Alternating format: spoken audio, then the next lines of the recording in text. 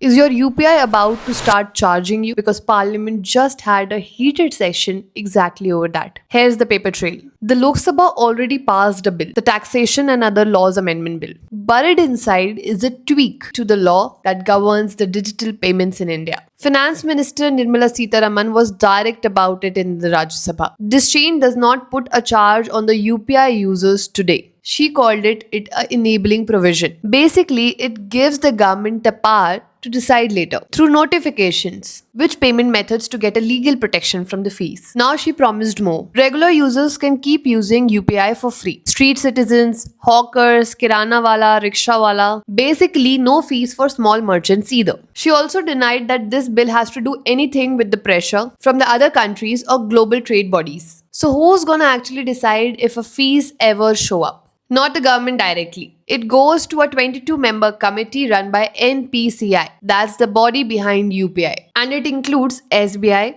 PNB, HDFC, Google Pay and PhonePe. But the opposition isn't ready to buy that nothing to worry about story. MP John Brittas alleged that the US trade representatives pushed India to start charging on UPI and pointed out Brazil got the same pressure and refused to budge. He also brought up Modi's own words at the G20 in 2023. Modi called India's digital payments a free public good. Brittas says that this bill goes against that. So no UPI charges today, but the doors is open for tomorrow.